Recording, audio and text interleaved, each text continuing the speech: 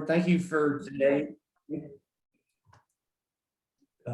Lord, thank you for the day. Thank you for this group you put on. Let the things we discuss be a blessing to them and then to others, and help us to make wise decisions and live lives without financial regrets, knowing that more important than anything else, serving you. It's in your son's name we pray. Amen.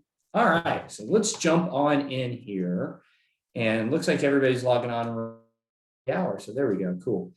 All right, so wealth management for May 2021, and how different this feels and is than last year in May when we were doing a similar presentation, only not knowing when this would end, if it would ever end, and all of us basically being from home. So, the theme today, both in the and then how that impacts our investments, and then when we do the professional, it's really all about getting out of the house and starting to enjoy life a little bit more.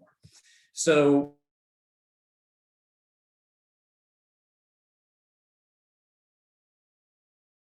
we'll have three sections, as we always do. In advanced planning, basically just some thoughts, nothing groundbreaking, but some thoughts on the aging, how to make that more proactive and smooth for both yourself and the people you care about. And then on relationship management, we're going to have senior travel advisor Amy Mayhue talk to us about travel and what she's saying there now. And one funny line when we did the pre-interview for it, how travel today is like toilet paper in March of last year. So, as you can imagine, lots of demand and things going on there. So let's jump right into it. And if you have questions along the way, you can either type them into chat, and Juliana will be paying attention to that, or feel free to just interject also. So, all right, so to start with, and this is even put together from data at the beginning of the month, the economic reopening is going great, and you're seeing it more in some parts of the country than others, but pretty much everywhere. When this came out, we had not yet had the CDC's new guidance, but pretty much everywhere is starting to look a little bit normal. And even in some of the places that were the hardest lockdown, New York's and California's, starting to really get out and have some economic activity. And with that, what you're seeing is, and this is the expectation. So remember, when we're talking asset prices, both stocks, bonds, other things you invest in, if they do as expected, not much will really change there. But if they do better than expected, you're going to see, significant increases. If they do worse than expected, that's where you see a pullback. But if they do as expected, just because, for example, Q3 here says 7% GDP, it doesn't mean it's going to be a surprise if it's 7%. And so it starts to get priced in. And then when we start to see GDP slow down here, which is just normal, right? We're having such big GDP numbers and growth right now because we're coming out of such a tranche. And also, when you look back a year ago, this is when we were all locked down and no one was doing anything. Now we're starting to get out of our houses. It doesn't necessarily mean that it's a bad thing, though, when it turns to a more normal level out here. It's just that we got to remember when that happens, we're starting to price in these numbers for later on. But I thought that was kind of cool. And a lot of us in our entire lifetime, we've probably never experienced 8% GDP growth before. And then with that, GDP is now at the all-time, nominally at an all-time high. So by nominal, if you think of the difference between real numbers and nominal numbers are just what are those numbers. So a good example is, if I have $1, I always have $1. But if there's inflation, the real purchasing power of that dollar can go down. So it's still $1. It hasn't changed from being $1, but because that's the nominal amount, but the real value of it, meaning what can I get for my dollar, goes down. But nominal GDP is at an all-time high. Here is based on the expectations had we not had the pullback we had and had we not had COVID. So this dotted line here is kind of where the economy was going pre-virus. This line is where the economy actually has gone and where it's expected to go. And what's really interesting about this, and it's really funny because of the government stimulus, the technology that got pushed forward as far as technological innovations being adapted, new types of businesses. If you really look at it, we are going to cross that pre-virus path and stay above it for the foreseeable future, and that's really neat. So whereas this has been a lot of hardship, we're about to end up eventually by the end of this year, probably being in a place that's better off than had we never had this experience from a economic standpoint. That is, obviously, there's some things that will have probably changed and never go back. And then one other note here, and this is also good when you think about, this perspective of the GDP over time. But one thing you're finding is household savings are higher than historically normal. And so with that, you're going to have a lot of purchasing power, which means these people that have money, whether it be from wages increasing, stimulus checks, saving money because they're not going out, when they get out more into the economy later this year, they'll have money to spend. And I believe, and a lot of other people believe, that that will create some pent-up demand and a lot of activity. They're going to want to go do things they haven't done. And certainly Amy will hear how that's already taken place in travel and a lot of leisure venues. And then also just one more amazing thing to reflect on, and let's just take this back to investment context. I remember a lot of you guys about a year ago, we're talking about the pullback. We all get what happened.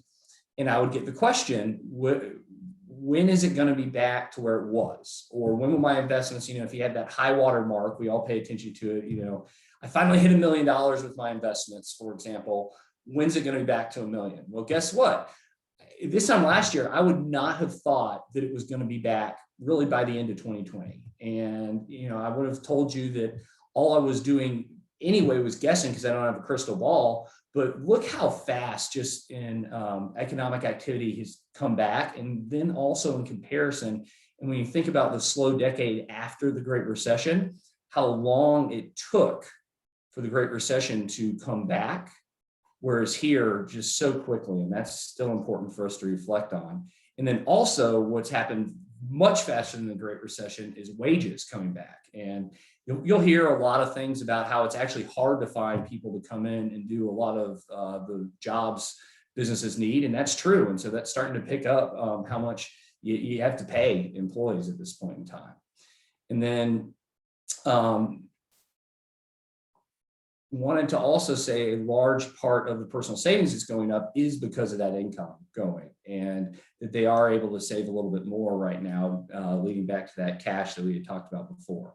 All right, so where's this taking things in the investment landscape? So one thing that has changed a lot this year, and I think you're going to see these changes sort of slow down. If we thought they were going to continue at the pace they are, we'd be making different choices in the portfolio. But one thing that's happened this year is interest rates have climbed, and they've not climbed on the short end. The short end is still negative and at an all-time low. But when you go out, I want to borrow money for 5 years, 10 years, 30 years, those rates are going up.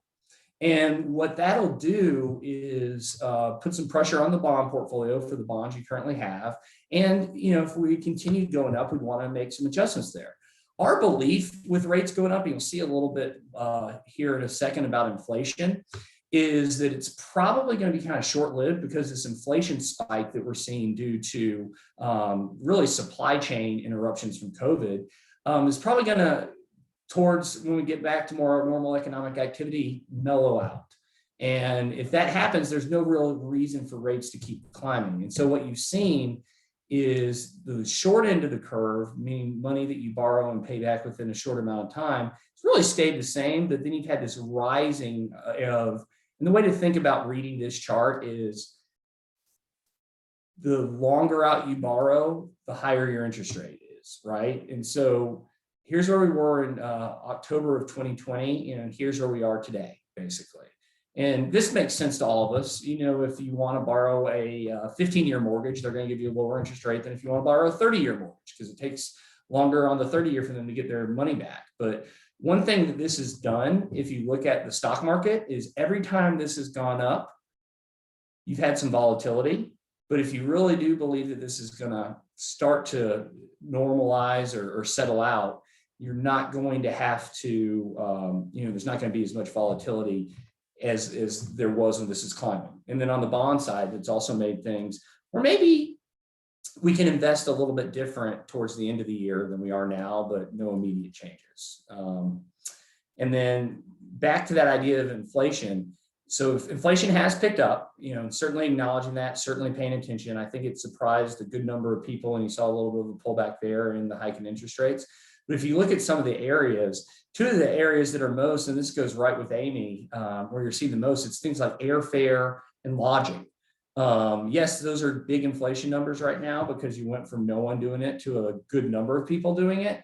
But again, that'll at some point normalize, we believe, after we get through this little COVID section. And then one of the biggest positives I'm seeing right now, I mean, we are going to have, straight up the rest of the year, but I think you're starting to see reasons why, the market really does deserve to be where it's at right now. And one of those is, for the first time since 2018, we're actually having earnings growth drive the S&P 500. Ever since then, earnings, it's really been more multiple growth. And it's always better to have earnings growth than multiple growth. So think of multiple growth this way.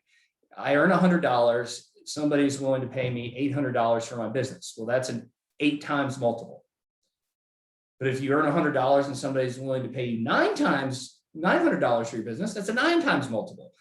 What you like to see is not necessarily that multiple climbing, but instead that this business goes from earning $100 to earning $150. And when you see that, that's usually a good sign of a healthy market. And then one other interesting part of the market, and our approach to this in y'all's accounts, is really to start diversifying a little more than we have been, and certainly more than we did last year. So last year we were able to be very focused on tech and some of the COVID-friendly sectors. This year, it's hard to have a lot of conviction on one section versus another. And so what you do when you're in that type of, I'd actually say more normal environment, is you diversify the portfolio more, right? And let's just say I own 10 things. I don't own all 10 of those because I think each one of them is going to do better than the other. I own all 10 of them because I'm not sure which one is. And that is a, hold on, I have no idea. Is that in the basement? I have. Did Julie's call? Go look at it. Okay. I haven't seen it. Oh, interesting. Okay. Well, there's a 2020 COVID moment. My wife just got home and she's wondering where my son is, who I thought was in the basement playing Legos. So we'll see where this goes. I'm sure she'll find him pretty quickly. But if not, I'll go help with that. So anyway, all right. So back to this growth versus value. So you had seen a long-term outperformance on growth stocks versus value stocks. And you're starting to see that shift a little bit this year, but it's not a sure thing. I think this is one of those things where if interest rates normalize and take out, you could actually see it go back to growth, but we don't know exactly what's going to happen there. But it has been nice to see these taking turns on leadership versus growth being the clear leader, which it really had been for the last 5 years. And what that does is give us the opportunity, and we rebalanced this in the portfolio where we sold some of the growth assets, bought some value assets earlier this year, gives you the opportunity to kind of sell what's expensive and go buy what's cheap. And so if you're looking at the market, there's almost always parts that are expensive and parts that are cheap. Obviously, you want to buy and focus on the parts that are cheap. And then one just kind of interesting thing, people are often wondering about the international side of the portfolio because it has lagged the US. It appears the economic recovery overseas kind of has stalled a little bit, and the US is significantly starting to outperform.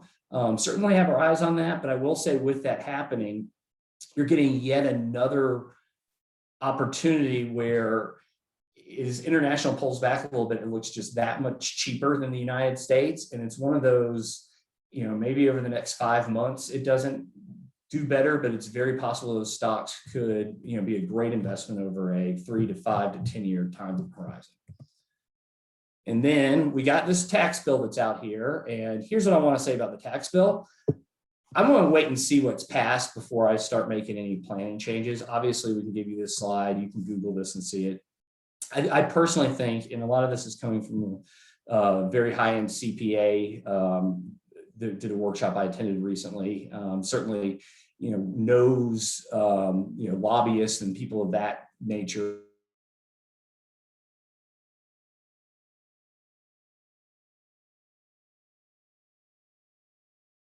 And what's actually going on. A lot of what's there and don't have much legs But with the Biden proposal, I think a lot of what he's talking about is because he knows he's going to have to negotiate. And yes, I think you're going to have taxes raised for people making over $400,000. Certainly, probably long-term capital gains raised for people over $1 million. What happens with things like step up in basis and brackets for the average person, to be seen. But I don't see a huge impact actually for most people on this call. But certainly for some people, there'll be a significant impact. And one of the things that might happen for people on this call is it could end up being on the estate planning side that we make more changes, more so than on the income tax side.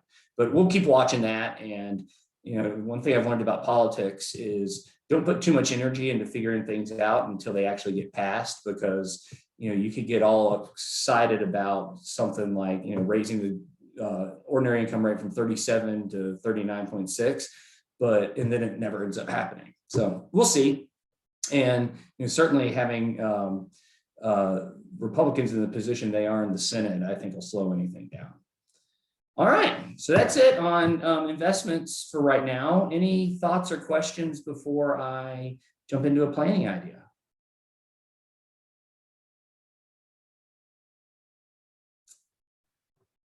All right, so let's jump into how to help your parents and yourself live better at 80, 90, and beyond. So first of all, what's exciting about this topic is human longevity. And it is amazing how much longer humans are living now than a century ago. And actually, I think for the first time, you're starting to see that come back a little bit, which is an interesting stat, depending on how you see it. But I think it's a trend that's going to continue. And certainly, if you invest in your health, and that's something you do early on in life as a gift to yourself later on in life. The idea of living to 90 and even 100 and beyond is very, very likely now. And so, a few things have to happen. One, I want to encourage everyone to be intentional. The biggest regret people have in this area isn't that they do planning and it's the wrong planning, it's that they don't do anything and they're not intentional. And often, we all think we're in better shape and a little bit more invincible than we are, or we just don't want to talk about the less fun things. So, starting to be intentional about things like, do I want to stay in my home or am I going to move into a assisted living or other retirement community? If you're going to do that type of move, when is the best time? One thing, I was talking to a client recently, one thing they were thinking about is if you're already in a home, and this is for the parents, and your cognitive decline starts to keep you there.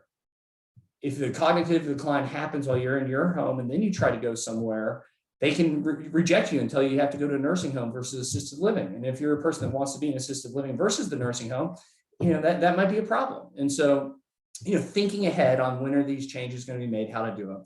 One thing, and Juliana can pass out the article that goes more in depth. One suggestion was when you think about your home, a lot of houses with very small little renovations can make a huge difference as far as like widening things, making stairs more accessible in and out of bathtubs.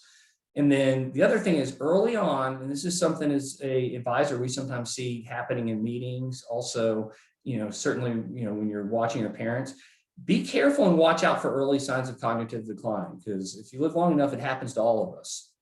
And then also keep in mind the power of socialization and how loneliness can really be something that both ages you faster and hurts your mental health. And then there is no place like home, although not everybody's going to want to stay there. But if you are, here are just a few suggestions. So, do you need to swap out existing hardware to make it more accessible? Can you widen doorways or certain doorways in case a wheelchair at some point in time? When you're thinking about where to have your furniture and how to lay things out, can you create space where possible if that happens? And then also focus on the first floor. So, I look at my house, for example, and it doesn't necessarily have the right setup between my basement and upstairs for somebody who's not good at walking up and down stairs. So that's great exercise for me now, but it might not be the kind of, ranch style house I might want when I'm older. And then also, one of the biggest things is make sure to safeguard yourself and your financial well-being. And so there's two things that I think come really clear at this is one, investing impulsively. So this is where I feel like as financial advisory firm, we can add so much value to people in the aging process is, let's say, you are aging and maybe the cognitive ability is not there the way it was, and something like COVID happens. Are you likely to impulsively sell at the wrong time? I mean, I have people that are 50-year-old executives that struggle with that one. And then also being sure not to fall for scams and exploitation. There are a lot of people who put together a lot of really good scams to take advantage of seniors, and just make sure you are protecting yourself and educating yourself and possibly even parents on what some of those may be and how to avoid them. And then finally, making sure before something happens, and I tell you what, if your parents don't have these and you're going to be the executor of their will, for example, what a gift you can give yourself by getting this all in order. And if you're just talking about yourselves, what a gift you can give your children. So one, go ahead and plan now. Make sure you have the right documents in order. Things like a power of attorney, you have to do before it's needed, not after a lot of times. Make sure you've communicated with your financial advisor and CPAs and attorneys, so that if your kids have questions or need to step in and figure out where stuff is, they can help with that. And then also, of course, always watch for the early signs. So anybody here have any questions or maybe even just tips to help live a better life while going through this aging process?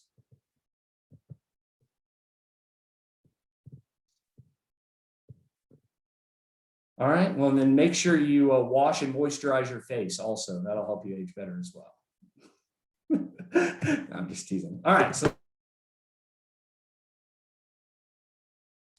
let's jump into the fun stuff. And I went through our investments, get through our planning, and go on vacation right now. And I thought this was very well timed going into summer. And in fact, it was kind of funny. We talked to a couple of professionals to be on this month, and they all said, "Well, I'd like to do it, but I'm going to be on vacation this week." And so that led to, well, you know what, why don't we just get a travel agent to come in here and tell us what's going on and maybe give us a few tips. So Amy, would you like to introduce yourself and help the group kind of know what you do and what your passion? Sure. Can you hear me? One of us is frozen. Is it me or you?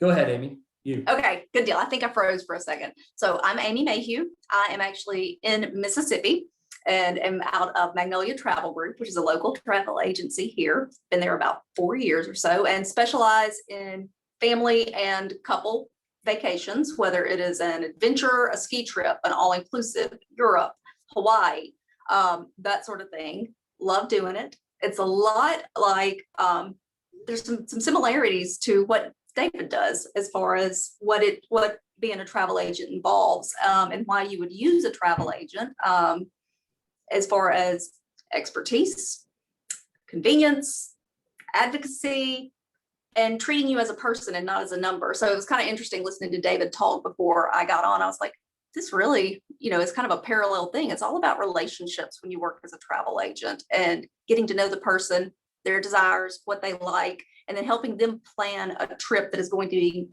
meet the goals of that trip, whether it's to create memories with family, whether it's to relax and go away with your loved one and just have some downtime, or whether it's to seek out a new adventure and check an item off your bucket list. We're there to help and figure out what meets your needs as a person, not as a number. So. You mentioned advocacy, and I think a lot of us probably on the call and people we know may have had some issues last year with traveling with COVID. And I don't want to throw the baby out with the bathwater personally and say, oh my gosh, I need to always be worried about a pandemic when I make my travel plans. But at the same time, I went through an experience, and I know a lot of these folks, where I wish it was easier to get my money back on a flight and a trip I had planned last year.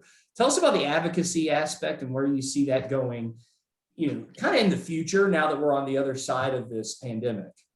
So that advocacy was a huge piece of what I did in 2020. It was, as you can imagine, nobody was traveling in 2020. We didn't know what was happening. And so the flip side was that I spent all of my time that I would normally spend helping people book trips, advocating for them on the backside to get their trips pushed out for another year to 2 years, to get them a refund, to get them a travel credit. Froze a little bit. You said all the time advocating for them to.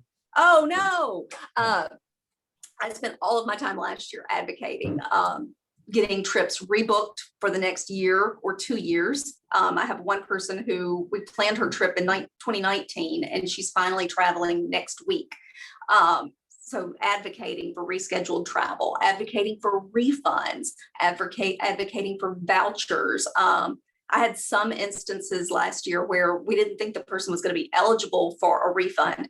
But one thing people don't know about travel advisors is how we work. And we call them suppliers a lot of times. So we may work with Delta Vacations, where I can package your air and your hotel and your transfers and your insurance all together. And that makes it very easy for me to have a key contact to say, hey, this hotel is closed. And I know they're not giving refunds, but can you help my client out? So I was able to get a lot of vouchers last year for people that may not have had insurance and may not have otherwise been eligible for a refund according to the hotel's cancellation policies. But because we have key contacts and work in a different or a specific way when we book trips, I had a lot of leverage to help out my clients. Not to say I didn't wait on hold a lot. I waited on hold a lot last year. Well, and just think about one of the things I was thinking is how much I waited on hold. And it'd be nice to have somebody like you to wait on hold for me instead. Yeah, I've had a lot of people say that. They're like, I'm so glad you're waiting on hold and not me. And I'm like, well, that's yay for you, not yay for me. Waiting on hold was not fun. I would have 2 lines going at one time, sometimes trying to get through to multiple different suppliers. So it was challenging, to say the least. We've seen a lot of shifts in the travel industry with people now working from home remotely. So that has helped bring back travel personnel. They can work from home and remote in like we're doing now. And that's been tremendously helpful as the demand for travel has kicked up to have all those people working again. Yeah. So tell us about that demand for travel and why it's like toilet paper in March. And then also, what do you see going on with prices right now? It is insane right now. Travel agents usually have we call it wave season. And we say you're riding the wave from January to early March. It's like the CPA's busy time of year. January to March is a travel advisor's busiest time of year because everybody's gotten through Christmas and they're ready to book their trips for the summer. And so 2020 ended, started seeing a little bit of demand for travel pick back up. January rolled around and we all got a little busy and we thought, great, we're going to see a little pickup. Well, wave season has not ended. It's crazy right now. The demand for travel is through the roof. People have pent up energy. They got stimulus checks. They got unemployment checks, or they saved their money because they weren't going out and spending it in 2020, and they are ready to take a trip. And a lot of these people are ready to take a big trip. They're ready to go somewhere. So consequently, the supply and demand feature is in play right now, and prices are reflective of that. So airfare is high. Resorts are high. Rental cars. I'm sure you guys have seen the rental car demand on the news and online, that there are rental car shortages because to stay afloat last year, the rental car agencies sold off a lot of their fleet. And so the demand for travel has come back much greater than anyone expected. And so sometimes, there have been cases of people getting to a destination, thank God not for me yet, people getting to a destination and not having a rental car. It's very much like toilet paper of 2020. You couldn't find it, you wanted it, you were looking for it, you were paying whatever you could for it because you had to have it. And that's how we feel about travel right now, or that's what we see people feeling about travel right now. They are ready to go. Are there any deals that are better than others, or places you might want to consider that maybe otherwise you wouldn't because of this unique environment? It really depends on the person. Right now, Mexico continues to be a hot market. Mexico and the Dominican Republic continue to be a very hot market because they do not require COVID tests to go to the destinations. And some people do not want to deal with a COVID test to go on vacation. So they pick Mexico and the Dominican Republic. And those two destinations tend to have the best bang for your buck. I always try to steer people away from thinking about deals per se, because, to me, if I say, oh, I'm going to get you a great deal, that means, I'm just going to click some buttons online and I'm going to look for the best price. And I like to think, no, I'm not really looking for the best price. That's important. Price is important. Don't get me wrong. But I look for the best value and the best bang for your buck. So somebody may say, hey, give me the best deal out there for that. And I'll say, well, what are you looking for? I will get you the best value for your buck, and I will try to make it as cost effective as I can. But Nobody ever comes back from a vacation and says, gosh, I wish I spent less on that vacation. No, nobody ever says that. They come back and they say, I wish I hadn't stayed in that 2.5-star hotel that I asked you to book for me. I wish I'd stayed in the 4.5-star hotel that you had recommended. People want value for their money. They want to feel like they're getting what they pay for, or they're getting a good value for what they pay, and that they're getting the experience that they want. And travel is all about the experience. Yeah. Well, no, I mean, a couple of things come to mind there. For example, Disney, going without a fast pass versus a fast pass. I mean, my gosh, do you want to stand in line or do you want to go on rides? And I remember one time on a walk on the beach in Mexico, my wife and I ended up meeting this Canadian couple. They were staying at the cheap resort next door to our resort, and all they talked about was how awful the food was and that they didn't want to eat anything. And we were just talking about how much we loved our food and thought it was wonderful. And, that comes to mind with what you're saying. So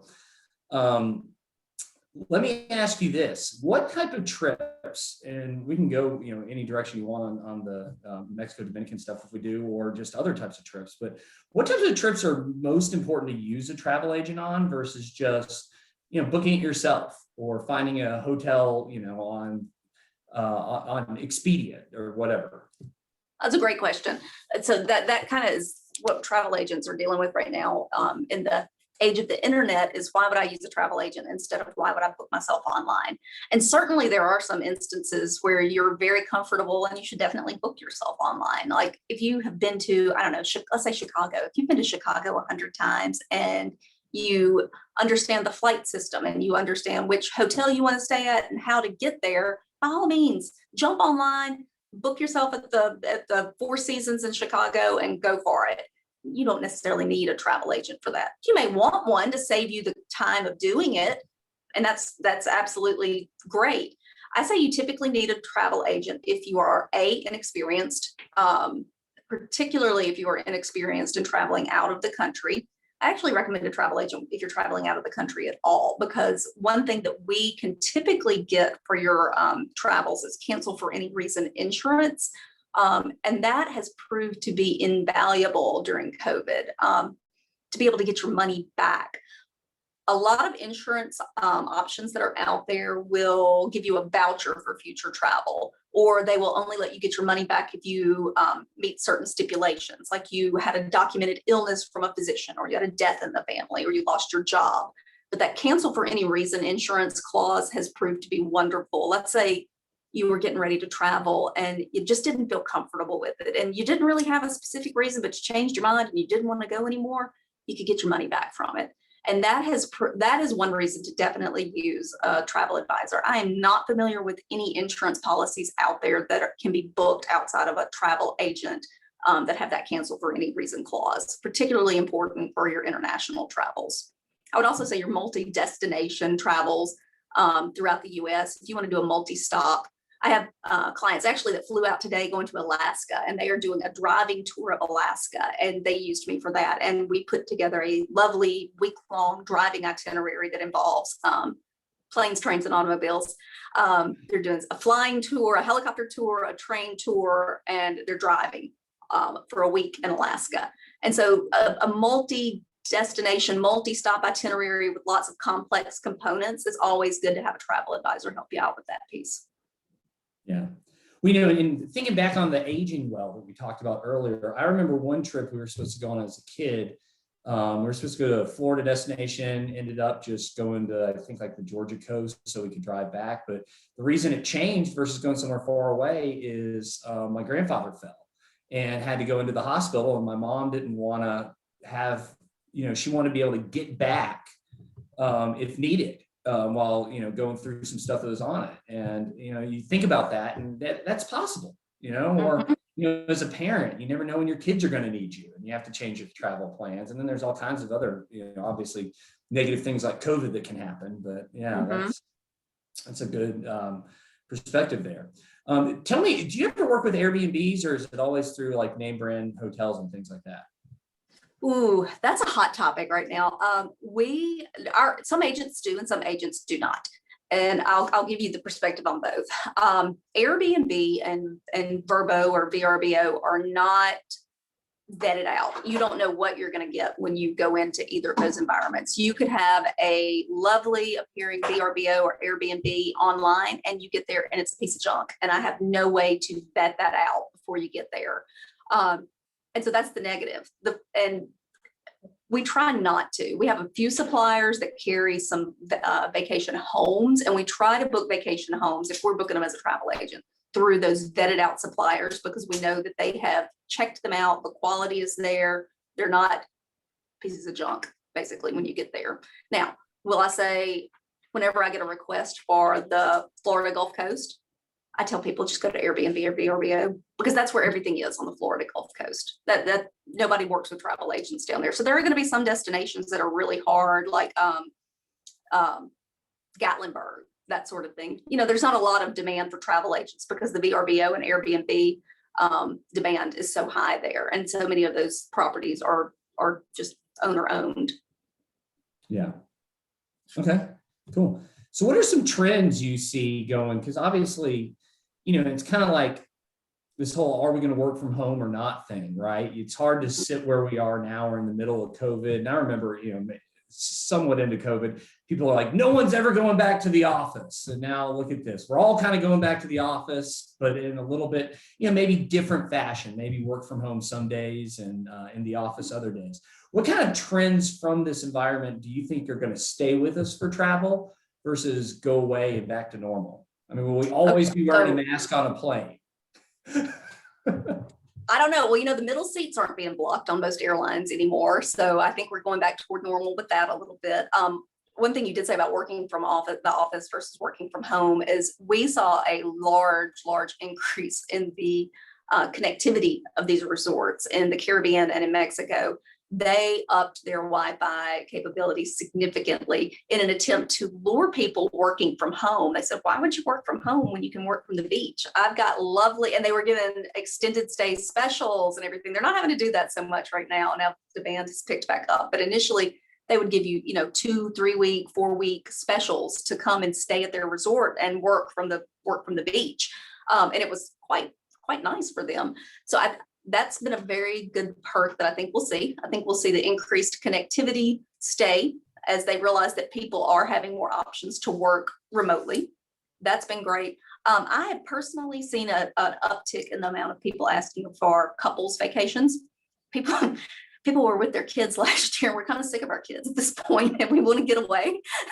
So I've seen a huge uptick in the amount of people wanting to take couples vacations. And that may be domestic and it may be international. They just say, get me away from my kids for a week. So on that note, the homeschooling was the hard part about that. I saw one resort, the Cloister down in Sea Island.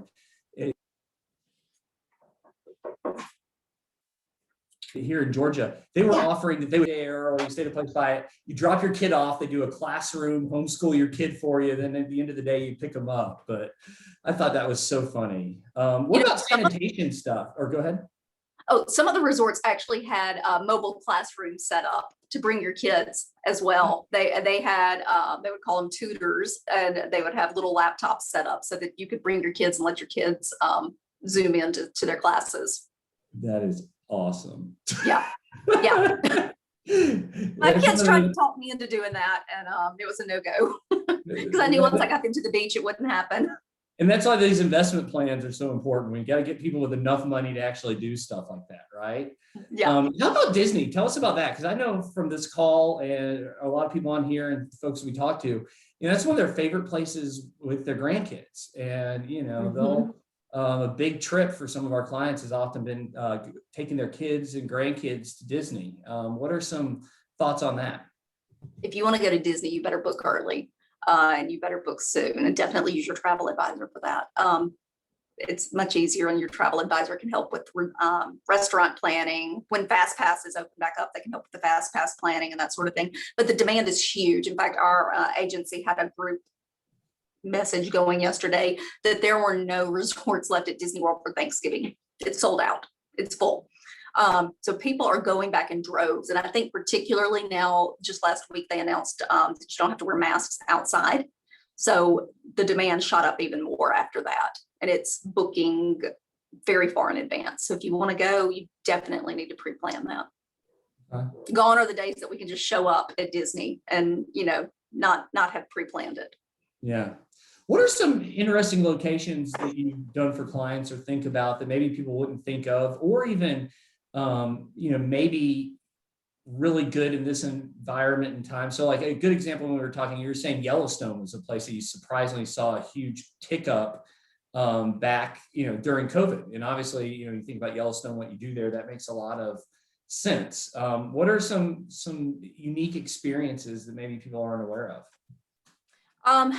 It may not be unique to you guys in Georgia because it's a lot closer than it is in Mississippi, but the Florida Keys have been a huge destination that people want to go from here. And we do may not be so unique, but we do a driving tour where I tell you what's at each mile marker, and you can go down and stop at the different mile markers and see the attractions that you made. Like the largest metal lobster in the continental US is on one of the mile markers, going down the Keys. So little random tidbits like that.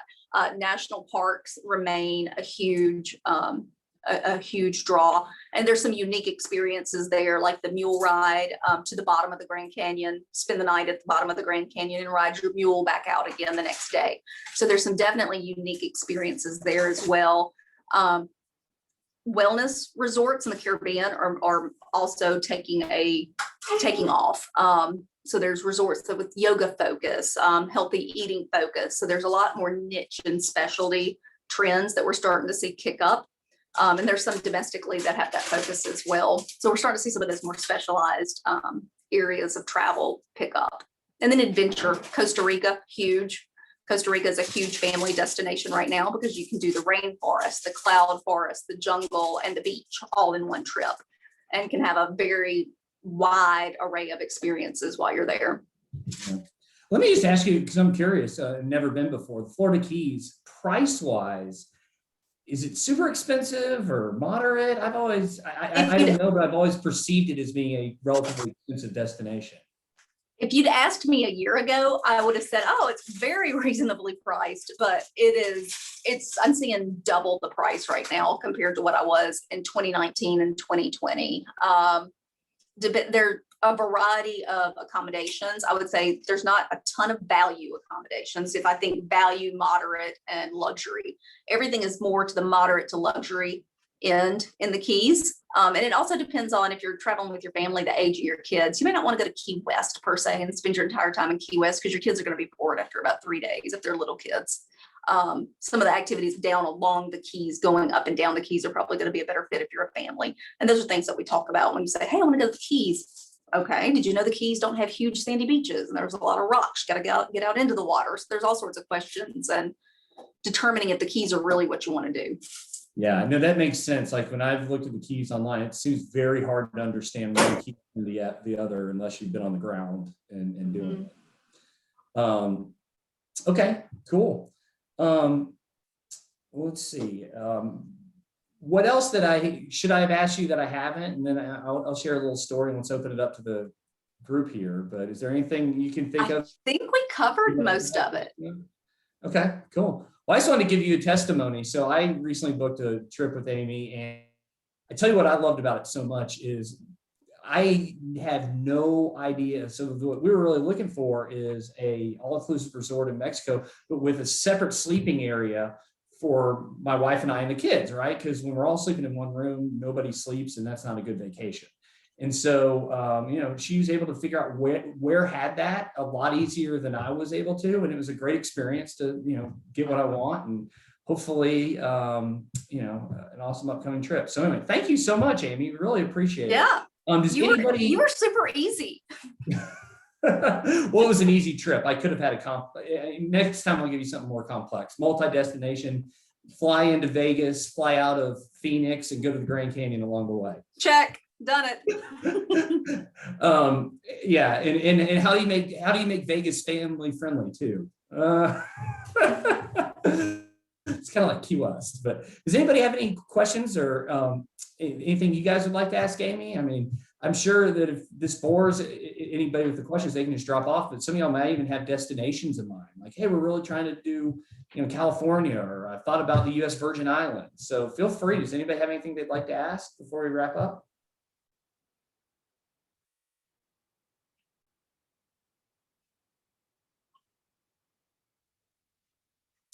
All right. Well, I'll take that as a voting no. But with all this said, thank you. Oh, I know the last question I was meaning to ask you. I was sitting here thinking this when you were talking, and I started rambling about my vacation. All right. So I gave the trends that I thought on GDP and kind of, how that'll affect, maybe interest rates and inflation going forward.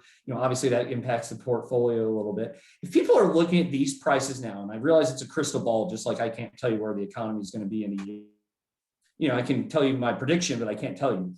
If you had a crystal ball, someone's going, God, while the keys are double the price, I don't want to go, but maybe I want to go in 2023 or summer of 2022 instead of 2021.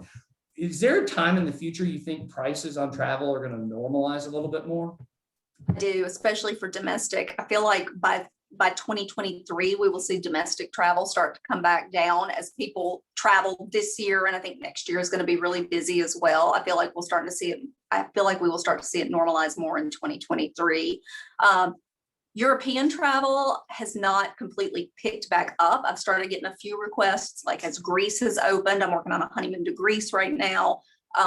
Those requests are slowly starting to trickle back in. So I feel like 2022 will be our busy year for Europe as we start to see it open back up. So my advice, particularly if you want to go to Europe, is book early, book that early. Otherwise, I think 2022, 23 may be our busy season in Europe. I think there's going to be a lot of hesitancy from people initially to go back over until they know what's happening with all the numbers and the healthcare and everything. I think we'll see some hesitancy, and then we'll see it rushed off again. And it'll be a couple of years before it comes back to normal there.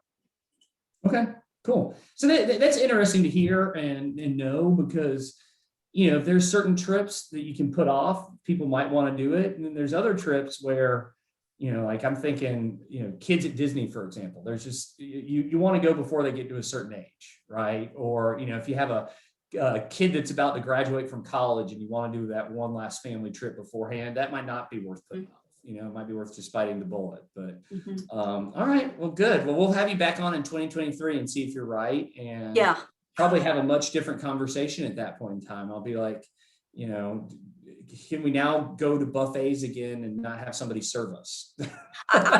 Well, you know what? I'm honestly going to say I'm not opposed to the assisted buffet. I don't want to touch anybody else's utensils, and I thought it was gross to begin with. But I'm not opposed to the buffet going away and it all being assisted. Yeah, no, I agree. It's funny, things that maybe before didn't bother us, like a water fountain. I was thinking about that the other day, walking by a water fountain that's in the hallway of our office, and I'm like, I used to use that thing all the time, but now that's just a germ pool. Yeah.